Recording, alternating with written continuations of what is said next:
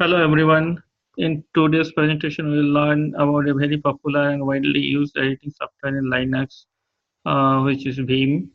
VI or VIM, both are used alternatively. Is mostly most useful software in Unix system, mainly used by programmer or system administrator or networking guys for scripting purpose.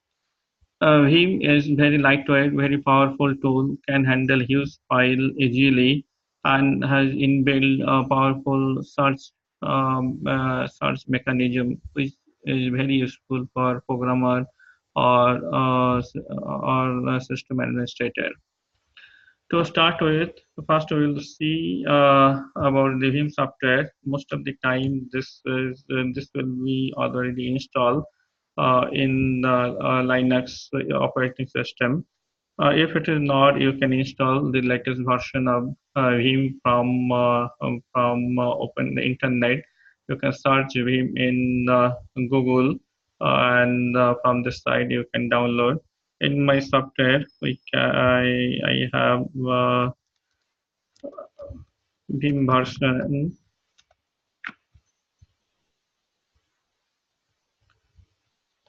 8.0, which is mostly latest version.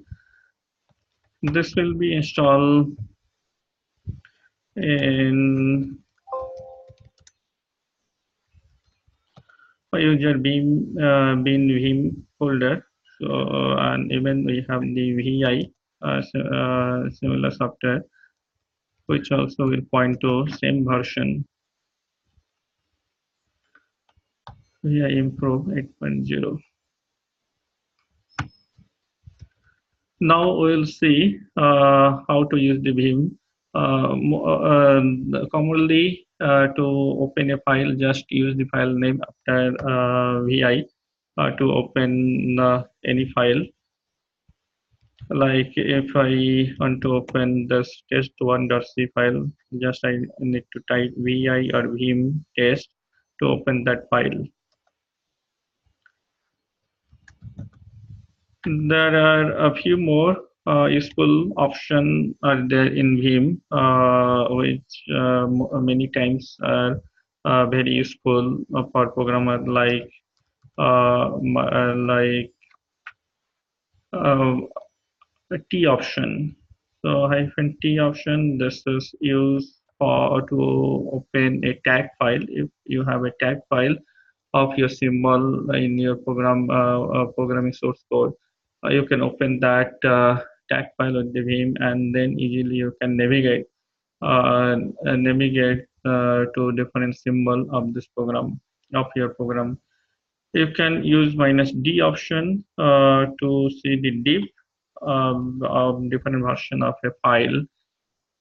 This is very useful in with Vim. It can show the modified line, any line added or deleted between two different versions of a file. Now we'll see editing a file with Vim, VI or Vim, both are used alternatively. I am opening this test1.c file with Vim. Now, to start with, this is a .c file. Vim has inbuilt support of indentation. So if it can identify the program type, it can be .c, .cpp, shell file, or any other programming file. And based on that, it can indent properly. Like that, if I type another function, semi-func2, which will take some addition.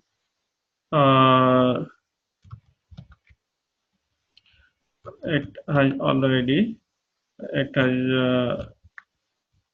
shifting my this mouse to create an indentation. You can see this.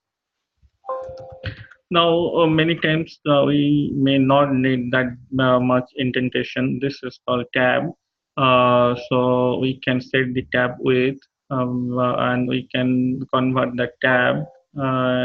Say if we give a tab and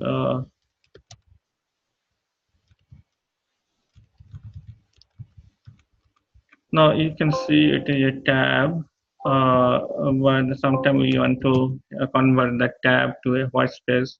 Those support are there. So for that we can do, we can set the configuration in game like that. Uh,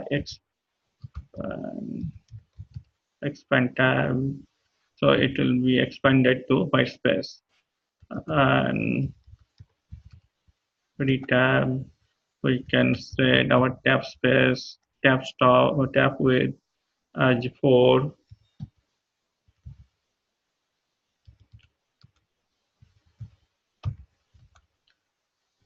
So now if I give a tab, it is coming to half of much lesser.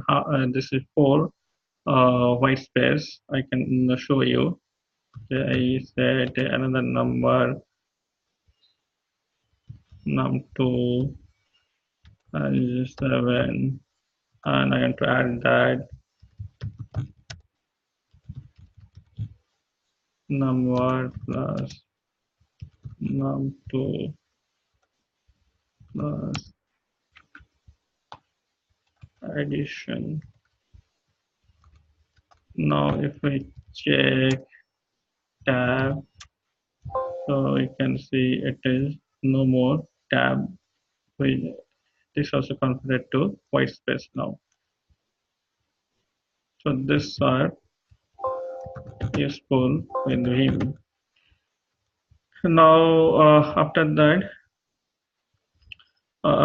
we can see the searching option in Vim, that it has many inbuilt searching mechanism like that. If we want to, we can search a string or substring like that. If we want to search print, it is searching. So if I want to highlight a search substring, say I want to highlight number, so we need to set the highlight search HLS. It is highlighted, or if you want to search number, it is highlighted. Now into search, incremental search.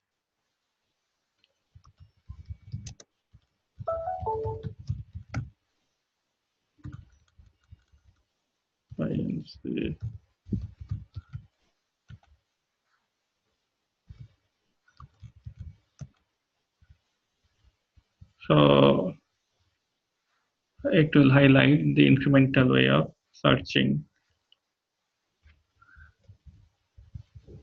So all these things are very useful with Vim.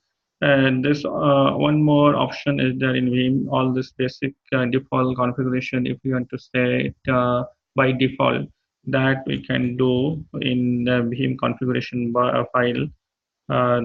We can set all this option in the Vim configuration file. And then the next time when we open any other new file, all this basic configuration will be set. For that, we need to create a file name.vimrc in our home folder, and set all the option we have just used like that. I have saved that in a text file. I will copy directly.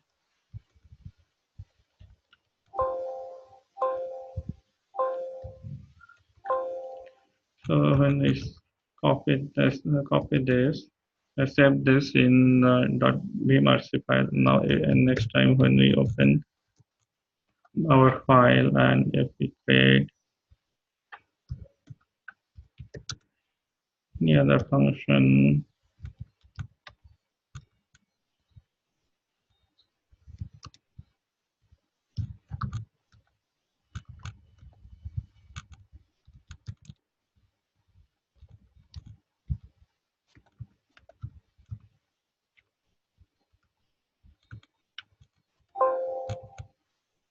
so,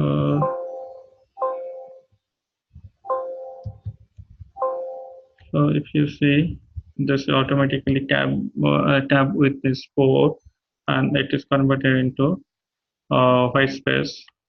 Our basic option has taken.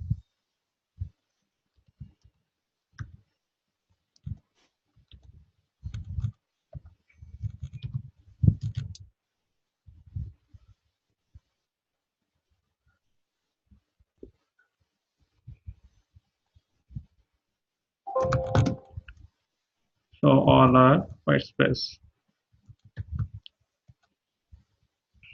So we have learned basic about VIMs and few useful tips on VIM editing. Hope you have enjoyed the video. Thanks for watching.